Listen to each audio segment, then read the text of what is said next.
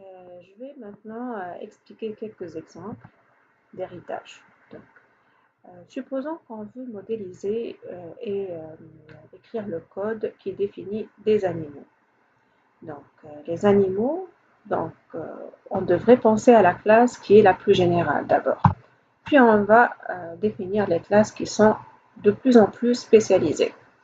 Donc, on devrait commencer par la classe, normalement, animaux, qui définit n'importe quel animal. Donc, on va mettre ici tous les attributs et toutes les méthodes qui sont partagées par tous les animaux.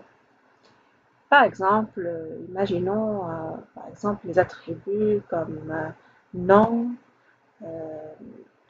nom de l'animal, par exemple la méthode mange, la méthode bruit, la méthode se développer. Donc, on peut imaginer toutes les méthodes qui sont communes entre tous les animaux et les définir ici.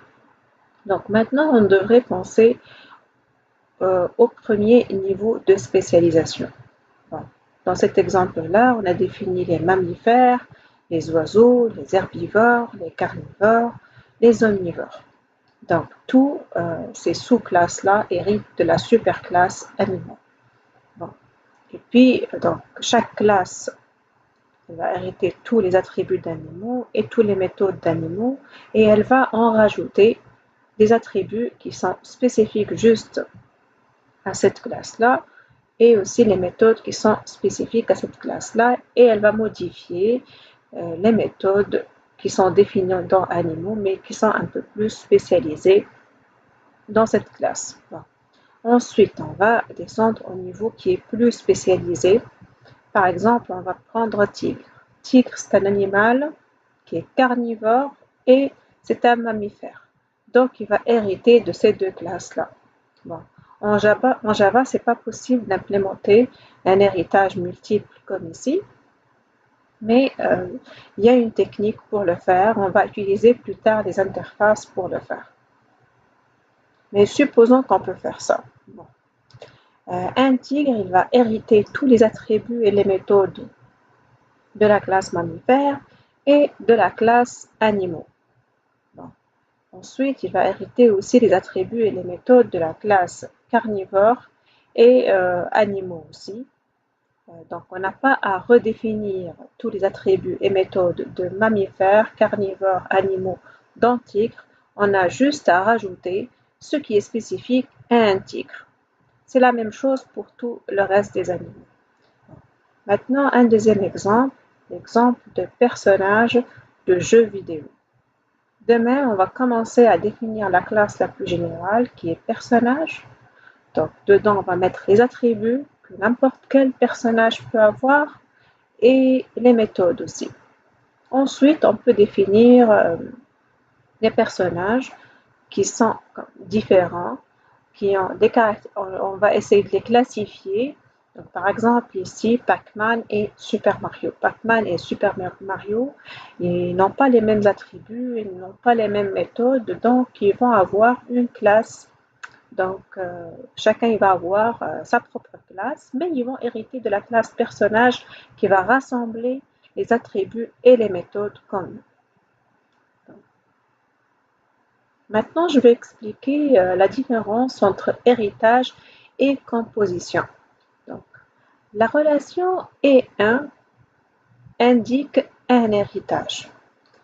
En fait, lorsque un mammifère hérite de la classe animaux, on peut dire qu'un mammifère est un animal.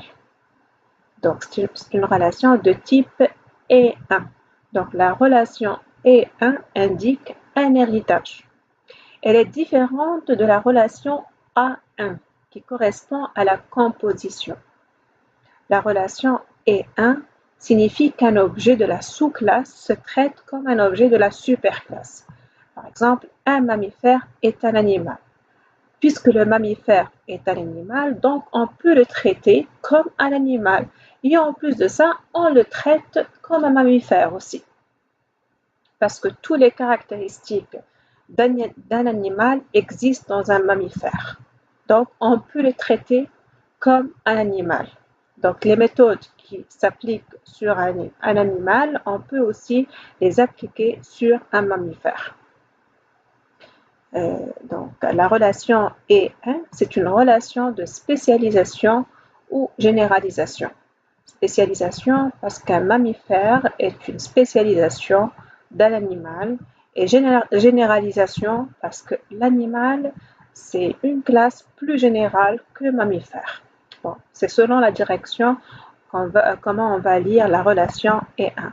Si on lit de cette direction-là, de animal vers mammifère, on va voir que c'est une spécialisation. Si on va dans la direction de mammifère à animal, on va voir que c'est une généralisation. Maintenant, la relation A1, en fait, elle représente une relation de composition. On a vu ça avant, la relation de composition, mais on ne l'a pas nommée donc explicitement. Un exemple de relation de composition, une personne a un vélo.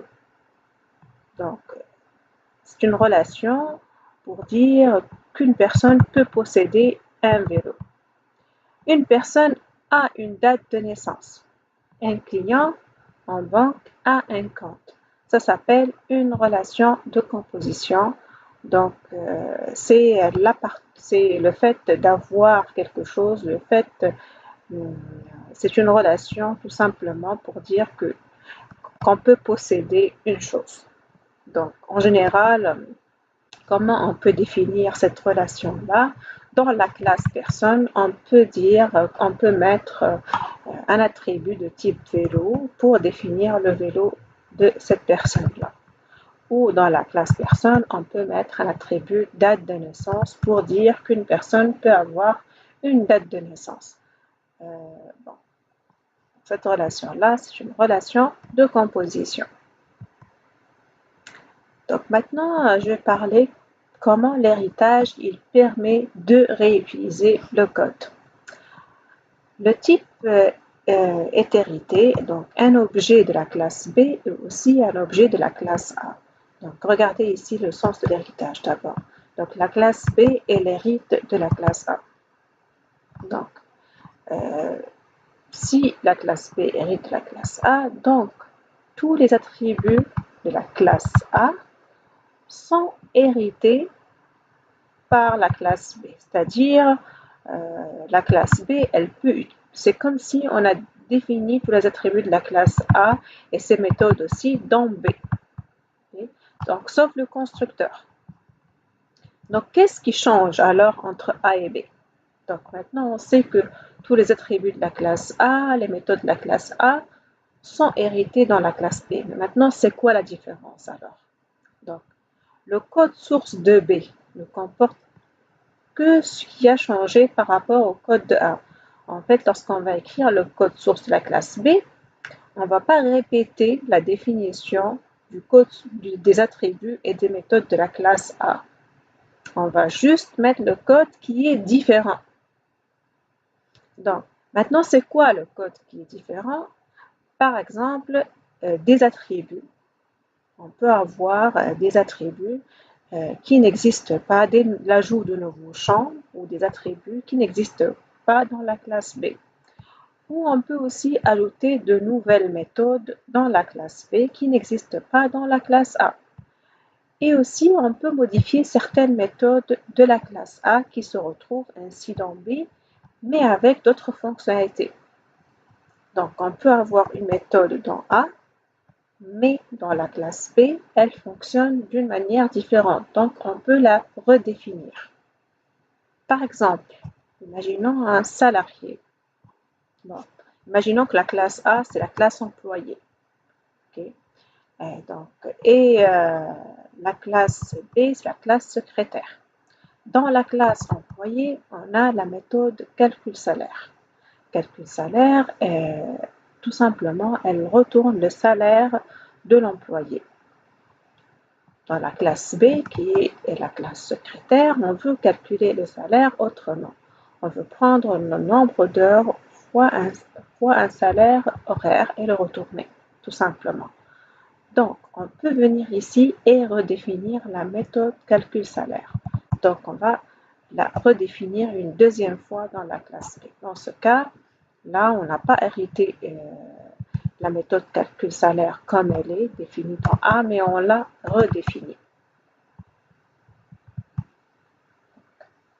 Maintenant, je vais vous expliquer comment on peut définir pratiquement l'héritage dans Java. C'est quoi la syntaxe pour le définir?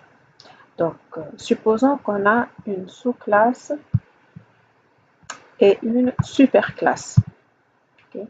Donc, si on veut dire que cette sous-classe-là hérite de la superclasse, on devrait l'écrire ainsi. Donc, à la première ligne de la définition d'une classe, donc on devrait écrire comme d'habitude classe, nom de la sous-classe, extends, ça c'est le mot-clé pour dire hériter. Extend et on met le nom de la superclasse. Maintenant, à l'intérieur de la définition de la sous-classe, on va mettre seulement les attributs et méthodes spécifiques à la sous-classe. C'est-à-dire tout ce qui n'existe pas dans A, on va le mettre ici. Et aussi tout ce qu'on veut modifier. Par exemple, supposons qu'on veut modifier une méthode qu'on a déjà définie dans A, on peut aussi l'écrire dans la définition de la classe, de la sous-classe. Un exemple pratique maintenant. Prenons notre exemple qu'on a fait au début de l'année, la classe rectangle. Supposons qu'on a défini une classe form. La classe form contient juste un attribut position. Okay? Donc, on veut hériter de la classe form pour définir la classe rectangle. Donc, comment on peut faire ça? On écrit public class et puis le nom de la sous-classe qui est rectangle dans notre cas, extends et puis le nom de la superclasse form. Donc, voilà. Et puis, on définit ici les attributs qui n'existent pas dans la classe form. Donc, l'attribut largeur et hauteur n'existe pas dans la classe form, donc on les définit. Et puis, on devrait normalement terminer tout le code avec les méthodes qu'on veut rajouter par rapport à la classe form.